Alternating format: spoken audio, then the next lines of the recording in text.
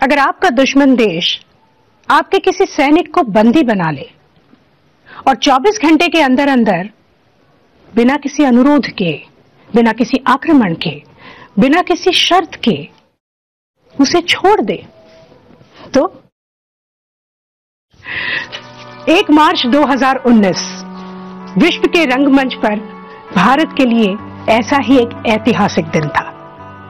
यह दिन भारत की कूटनीति, भारत की विदेश नीति और भारतीय सेना के लिए विजय का दिन था।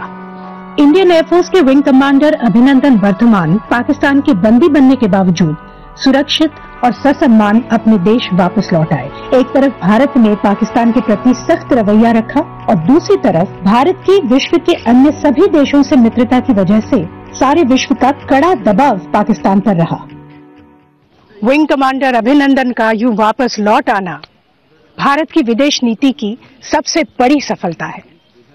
और चूंकि हम विश्व की सबसे प्राचीन सभ्यता है, इसलिए हमारी शासन कला भी आदिकाल से ही बहुत विकसित थी।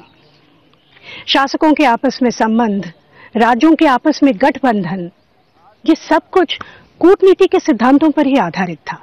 रामायण में भगवान राम ने युद्ध और विनाश से बचने के लिए राजा रावण के यहाँ अपने दूतों के रूप में हनुमान और अंगद को भेजा था। रावण ने इस शांति संदेश को अस्वीकार कर क्रोध से इन दूतों को मारना चाहा, लेकिन उसे ऐसा करने से रोका गया क्योंकि ये दूतों के लिए बनाए गए राजनयिक अभ्यास के तहत उल्लंघनीय था। महाभारत में भगवान कृष्ण ने कौरवों और पांडवों के बीच की शत्रुता को रोकने के लिए स्वयं मध्यस्थी की थी। और ये बहुत ही आश्चर्य की बात है कि चाणक्य द्वारा लिखे गए विदेश नीति और कूटनीति के सिद्धांत आज भी प्रासंगिक हैं। अर्थशास्त्र इस बात पर बल देता है कि विदेश संबंधों को नैतिक आधार की बजाय स्वहित पर निर्धारित किया जाना चाहिए। चाणक्य के अनुसार अपने राजा के लिए जानकारी भेजना, संधि की शर्तों का रखरखाव सुनिश्चित करना, दुश्मन के दोस्तों के बीच कलह भड़काना, गुप्त जानकारी का पता लगाना और दुश्मन द्वारा बनाए गए बंधकों को मुक्ति दिलाना, ये सभी एक राजदूत के कर्तव्य हैं। चंद्रगुप्त मौर्य ने यूनान से, सम्राट अशोक ने श्रीलंका, सीरिया, मैसेडोनिया और अन्य देशों के साथ राजनयिक संबंध स्थापित किए। अकबर के समय भारत की अर्थव्यवस्था दुनिया की सबसे बड़ी अर्थव्यवस्था थी और कई यूरोपियन देशों के लिए भारत एक प्रतिष्ठित साथी भी था। उन्होंने हमसे व्यापार सहयोग और संरक्षण की मांग की, लेकिन मुगल शासकों ने इसकी अनुमति नहीं दी और यहीं से भारत की कहानी बदल गई। 19वीं शताब्दी के शुरू होने तक औद्योगिक क्रांति के वजह से ब्रिटेन प्रमुख अर्थव्यवस्था बन गया और भारत फिसलकर नीचे आ गया। फिर मुगलों का राजनीतिक प्रभाव कम होने में और भारत के कुछ राज्यों के उदय होने में ब्रिटिश, पोर्चुगीज, फ्रेंच शक्तियों का हाथ रहा है। हैदर अली और टीपू सुल्तान जैसे राजाओं ने यूरोपियन शक्तियों, विशेष रूप से फ्रांस के नेपोलियन के साथ संबंध बनाए रखे। ईस्ट इंडिया कंपनी के खिलाफ 1857 की पहली आजादी की लड़ाई के दौरान भी नेपाल, अफगानिस्तान और रशिया जैसे देशों के साथ हमारे राज्यों के संबंध थे। फिर स्वतंत्रता संग्राम के समय भारतीयों ने, विशेष तौर पर इंडियन नेशनल कांग्रेस ने आजादी के अभियान शुरू करने में Japan, Nazi Germany, Russia, France और अमेरिका से राजनैतिक और अन्य सहायता की मांग की थी। इस पूरे काल में भारत की विदेश नीति का क्या असर रहा हमारी अर्थव्यवस्था पे? आइए जानते हैं economist, historian, author and the principal economic advisor to the minister of finance Shri Sanjeev Sanyal से। विदेश नीति में खास करके एक सिद्धांत का उल्लेख किया गया है और ये सिद्धांत ये है, किसी भी राष्ट्र के शत्रु का शत्रु मित्र होता है। ये बहुत ही महत्वपूर्ण सिद्धांत है और इस सिद्धांत के आधार पे उस जमाने में, मौर्य राज के जमाने में भी विदेश नीति किया जाता था। आज भी आप देखेंगे दुनिया भर में इसी सिद्धांत के आधार पर न केवल भारत बल्कि बहुत दूसरे देश प्रदेश भी इसी आधार पे अपनी भू राजनीति करते हैं। सदैव ये होता है कि हम लोग सिर्फ दिल्ली के दृष्टिकोण से इस इतिहास को देखते हैं, जबकि अगर हम जाके हमारे इतिहास को ठीक से अध्ययन करें तो देखेंगे कि ये काफी सारा जो हमारा जो इतिहास रहा है वो समुद्र तट के दृष्टिकोण से देखा जाना चाहिए, क्योंकि आप लीजिए चोल राजा जो थे, या राष्ट्रकूट सतवाहन या विजयनगर, ये सभी जो मतलब साम्राज्य थे, ये मैरिटाइम पावर्स थे। इंडोनेशिया का नाम इंडोनेशिया क्यों है? क्योंकि हजारों साल तक इनका हमारे साथ संबंध रहा है। इनका जो मुद्रा है उसका नाम भी रुपया है। फिर आप ले लीजिए सिंगापुर, असली नाम तो सिंघपुरा है, जैसे जयपुर उदयपुर वैसे ही सिंगापुर। दुनिया में सबसे बड़ा जो हिंदू मंदिर है वो भारत में नहीं है, कंबोडिया में अंकोर वाट है। तो आप देख सकते हैं तो कि जो हमारे प्राचीन जो संबंध रहे हैं वो बहुत ही गहरे हैं, और इनका प्रभाव न केवल संस्कृति पर ये मतलब अर्थव्यवस्था पे, विदेश नीति पे हमेशा रहा है। और मेरे ख्याल से अब जब हम एक इंटरनेशनल पावर की तरह से उभर के आ रहे हैं, तो ये समय आ गया है कि हम जाके इन जो पुराने संबंध को हैं जो हैं उनको फिर से दर्शाएं, उनको और बढ़ावा दें। लोकतंत्र को अपनाया और विदेश मंत्रालय, भारतीय विदेश सेवा और दुनिया के कई देशों में राजनयिक मिशंस को स्थापित किया। लंबे समय तक स्वतंत्रता संग्राम से गुजरने के बाद भारत किसी भी एक विशेष ब्लॉक में बंधना नहीं चाह रहा था। 2014 में भारत ने अपनी विदेश नीति का स्वरूप बदला और इस बार लक्ष्य था भारत की छवि को सुधारना, एक सशक्त राष्ट्र बनकर उभरना, आतंकवाद को खत्म करना, विदेशी निवेश बढ़ाना और ग्लोबल लीडर बनकर उभरना। और इसी लक्ष्य से हमने अपनी विदेश नीति को रिबूट किया और बिजली की तरह हमारे फॉरेन रिलेशंस और हमारी ग्लोबल पोजीशन में सुधार आया। स्वयं को ग्लोबल मंच पर लाने के लिए भारत ने शुरुआत की यूनाइटेड नेशंस के सामने योग के लिए एक विश्व दिवस घोषित करने का प्रस्ताव रख के। और ये बड़े ही गर्व की बात है कि यूएन के सारे 177 देशों ने इस प्रस्ताव को पूर्ण सहमति दी और यूएन के इतिहास में पहली बार कोई भी प्रस्ताव बिना विरोध के पारित किया गया। आज योग हमारी एक महत्वपूर्ण मृदु शक्ति साबित हो रहा है और विश्व के देशों को हमारी तरफ आकर्षित कर रहा है। 2015 में पेरिस में हुई जलवायु परिवर्तन कॉन्फ्रेंस में भारत ने ग्लोबल वार्मिंग और कार्बन फुटप्रिंट को कम करने के उपायों में एक अग्रणी भूमिका निभाई। भारत ने फ्रांस के साथ अंतर्राष्ट्रीय सौर गठबंधन की स्थापना की। इस गठबंधन का उद्देश्य है ऐसे देशों को एक मंच पर लाना जिनमें साल में 8 से 9 महीने खिली धूप रहती है और सौर ऊर्जा का उपयोग बढ़ाना। आज इस इंटरनेशनल सोलर अलायंस में 121 देश शामिल हैं और इस कॉन्फ्रेंस में सबसे अग्रणी भूमिका निभाई हमारे फ्रांस के तब के राजदूत डॉक्टर मोहन कुमार ने। आइए उनसे मिलते हैं और जानते हैं कि आने वाले भविष्य में विश्व में भारत की क्या भूमिका रहने वाली है। पहली बार मैं बहरीन गया एम्बेसडर, तो इंटीरियर मिनिस्टर के साथ एक कॉल हुई मेरी। कर्टसी कॉल करते हैं एम्बेसडर, एक जगह जाते हो तो सभी मंत्रियों के साथ मिलना पड़ता है। तो home minister of Bahrain, interior minister से अपॉइंटमेंट मिला मुझे, मैं बहुत खुश हो गया, जाके मिला। तो पहली चीज उन्होंने कहा, भाई आप मुझे मेरा वक्त क्यों बर्बाद कर रहे हो? तो मैं चौंक गया, मैंने कहा ये क्या कह रहा है, मैं तो बातचीत के लिए आया हूं। इसे आपके लोग जो हैं लॉ अबाइडिंग सिटीजन हैं, कोई प्रॉब्लम नहीं है इस देश में, आप क्यों खामोखाम आके मुझे मेरा वक्त बर्बाद करते हो? तो आप इस चीज में मतलब मत पड़िए, अब बाकी काम करो और मुझसे मिलने की कोई जरूरत ही नहीं है, कोई प्रॉब्लम नहीं है इंडियंस के साथ। सब लोग जानते हैं कि भाई इंडियंस क्वालिफाइड लोग हैं, काम भी करते हैं, डिसिप्लिन हैं और गलत चीजों में पड़ते नहीं है। तो इसकी वजह से भी पासपोर्ट का जो वैल्यू है बढ़ गया है। अगर आपको इंडियंस और पाकिस्तानी का चॉइस मिल गया बहरीन में, ओपनली वो कहते हैं भाई इंडियन पसंद है। जो भारत का जो फॉरेन पॉलिसी है या विदेशी रीति कहते हैं, जो नीति कहते हैं, उसका जो है एक्चुअली वो डिपेंड करता है आपके इंटरनल इकोनॉमिक स्ट्रेंथ पर।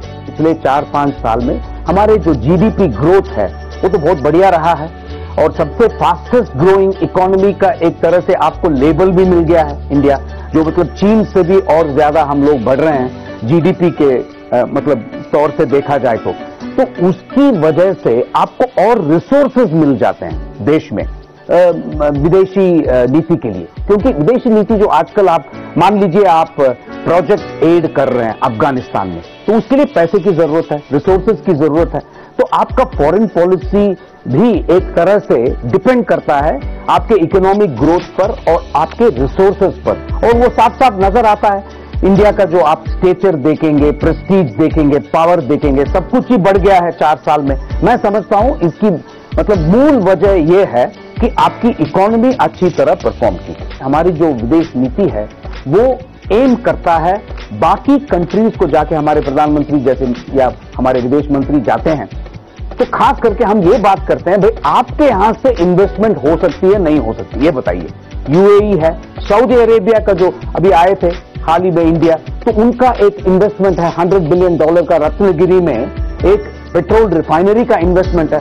कोई भी देश में एक प्रधानमंत्री मेरे हिसाब से कोई ऐसा नहीं है जो सऊदी अरेबिया भी जा सकता है, ईरान भी जा सकता है, जो पैलेस्टाइन में भी जा सकता है, इजराइल भी जा सकता है। हमारे प्रधानमंत्री ने किया। ईरान से हम ऑयल ले रहे हैं, सऊदी अरेबिया से इन्वेस्टमेंट ले रहे हैं, पैलेस्टीनियंस को हम मदद कर रहे हैं। इजराइल के साथ हमारा काफी मतलब गहरा स्ट्रेटेजिक संबंध है, आप जानते हैं, उनके यहां से मिलिट्री रिलेशनशिप है।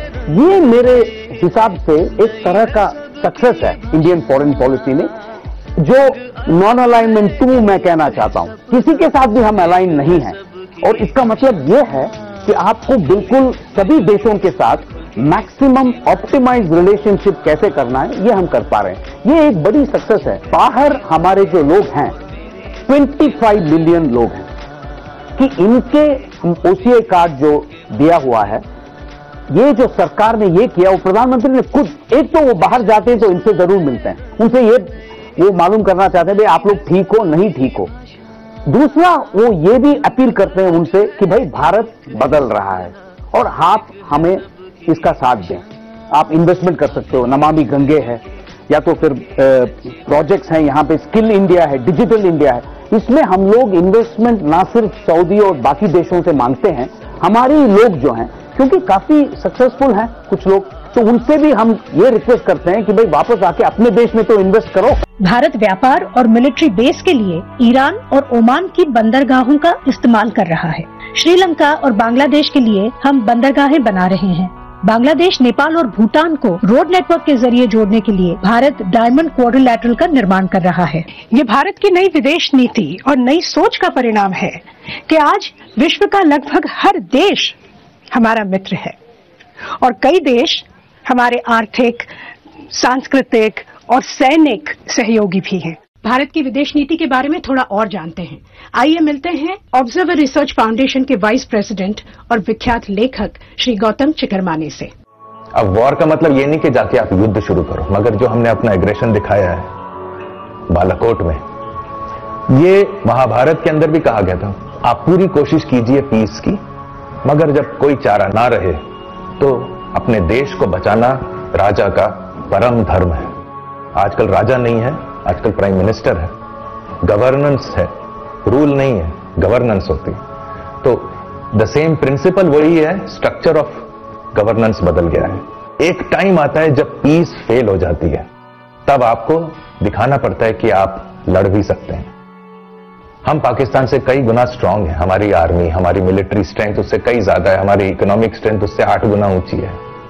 तभी भी एक छिछुंदर की तरह हमें आके मारता है, जाते हमारे लोगों को मारता है। कश्मीर में हमारे कश्मीरी जो भाई बहन हैं उनको मारता है। 12 साल के एक बच्चे को मारा 2 दिन पहले, और हम देखते रह जाते हैं, पीस पीस का झंडा फैलाते फैलाते थक जाते हैं। मुझे लगता है अब ये नहीं होगा। अब मार का जवाब डबल मार से होगा। तो हमारी फॉरेन पॉलिसी इस वक्त चाइना, यूनाइटेड स्टेट्स के बीच हो गई। रशिया थोड़ा पीछे आ गया। रशिया हमारा अब हम उनसे मिलिट्री एरोप्लेन्स वगैरह खरीदते हैं। हमारी पॉलिसी रही है कि हम प्रिंसिपल्स बेस्ड हैं, हम मानते हैं कि सबका उद्धार हो, अच्छे हो, लड़ाई झगड़ा ना हो। हमारा एक प्रिंसिपल है, उस प्रिंसिपल को फॉलो करें, चाहे वो हमारे लिए अच्छा हो या ना हो, क्योंकि प्रिंसिपल सबसे बड़ी चीज। अब हम थोड़े ट्रांजैक्शनल होते जा रहे हैं जैसे बाकी देश हैं। तो पुलवामा का जवाब बालाकोट, ट्रेड वॉर्स का जवाब ट्रेड वॉर से, बैरियर का जवाब बैरियर से।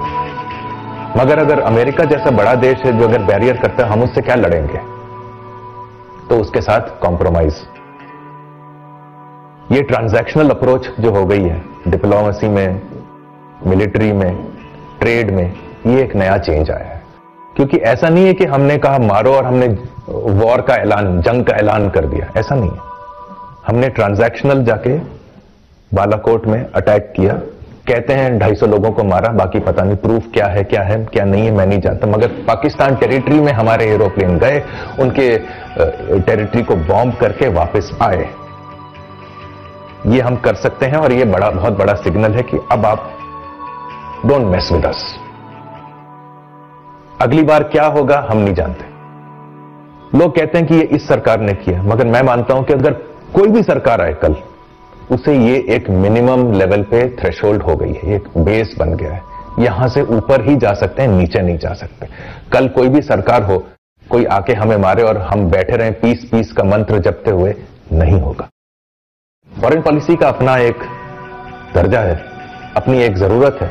वो एक स्टेट क्राफ्ट का एक कंपोनेंट है, इंपॉर्टेंट कंपोनेंट है, मगर मेरा ख्याल लार्जली इनविजिबल है। डॉक्टर के पास तो आप फिर भी चले जाते हैं, लेकिन आप किसी डिप्लोमेट के पास जाएंगे, मेरी ये तकलीफ है, वो तो असंभव है। लेकिन भारत की फॉरेन पॉलिसी समझना मेरे विचार में ग्रेजुअली आप देखेंगे अगले 4-5 सालों में ज्यादा लोगों में ये कॉन्वर्सेशंस होंगी। इसमें मास मीडिया का, थिंक टैंक्स का काफी योगदान होगा। राजनयिक के अलावा भारत के राजदूत और कौन है? हम जब विदेश जाते हैं और वहां बसते हैं, या तो नौकरी के लिए या अपने व्यापार के लिए, तो हम भारत की एक सामाजिक छवि वहां पर बनाते हैं। साथ ही उस देश के साथ हम आर्थिक और व्यावहारिक संबंध भी स्थापित करते हैं। अगर हम विदेश में हों और हमारे साथ कोई अप्रिय घटना हो जाए, तो सबसे पहले यही डर लगता है कि अरे बाप रे, अब क्या होगा, मेरी मदद कौन करेगा। लेकिन हमारा विदेश मंत्रालय जोरदार काम कर रहा है। अब विश्व के किसी भी कोने में हमारे नागरिकों की सुरक्षा और उन्हें सही सलामत घर वापस लाने में हम पूरी तरह से सक्षम हैं। पिछले सालों में 90,000 लोगों को असुरक्षित स्थितियों और देशों से वापस भारत में लाया गया है और कई सौ लोगों को विदेशी जेलों से बाहर निकाला गया है। आज कोई भी भारतीय जब नौकरी के लिए विदेश जाता है तो प्रशिक्षित जाओ सुरक्षित जाओ इस कार्यक्रम के तहत अपनी हर तरह की सुरक्षा के लिए सुनिश्चित रह सकता है। साथ ही विदेश मंत्रालय ने देश के हर राज्य और हर व्यक्ति को विदेश नीतियां समझाने के लिए विदेश आयात देश के द्वार जैसी पहल की है, जिसके अंतर्गत हर राज्य की भाषा में अब विदेश नीति का अनुवाद होगा ताकि हर व्यक्ति उनको समझ सके और उनका लाभ उठा सके। East Asia Summit, World Trade Organization, International Monetary Fund, G8+5 जैसे ऑर्गेनाइजेशंस में भारत एक प्रमुख भूमिका निभा रहा है। भारत विश्व की दूसरी सबसे बड़ी सेना, 5वां सबसे बड़ा सैन्य खर्च और 6ठी सबसे बड़ी अर्थव्यवस्था के साथ एक रीजनल पावर है, न्यूक्लियर पावर है और भावी ग्लोबल सुपर पावर है। ये सारी भारत की विदेश नीति की सफलताएं तो जरूर है, लेकिन भारत की सबसे बड़ी चुनौती है प्रमुख देशों के साथ घनिष्ठ संबंध बनाए रखते हुए पड़ोसी देशों को संभालना और एशिया में शांति बनाए रखना। क्या भारत इस चुनौती पर खरा उतर पाएगा? जरूर। जब पूरे विश्व में कोलाहल मचा था, तब बुद्ध ने पूरे विश्व को राह दिखाई थी, अहिंसा और अध्यात्म की। दूसरे विश्व युद्ध के वक्त जब चारों तरफ हिंसा फैली थी, तब फिर एक बार पूरे विश्व को भारत ने सत्य और अहिंसा की ताकत दिखाई थी। आज फिर से एक बार गरीबी, ग्लोबल वार्मिंग और आतंकवाद जैसी समस्याओं ने पूरे विश्व को जकड़ लिया है। और फिर से एक बार भारत सत्य, अहिंसा, अध्यात्म और अपने ज्ञान से पूरे विश्व को राह दिखाने के लिए तैयार है। आज फिर से एक बार भारत के विश्व गुरु बनने का सपना सिर्फ भारत सरकार ने ही नहीं, भारत के जन जन ने तय कर लिया है। तो ये थी भारत के विदेश नीति की बात, आपकी बात, मेरी बात, हम सब की बात, भारत की बात।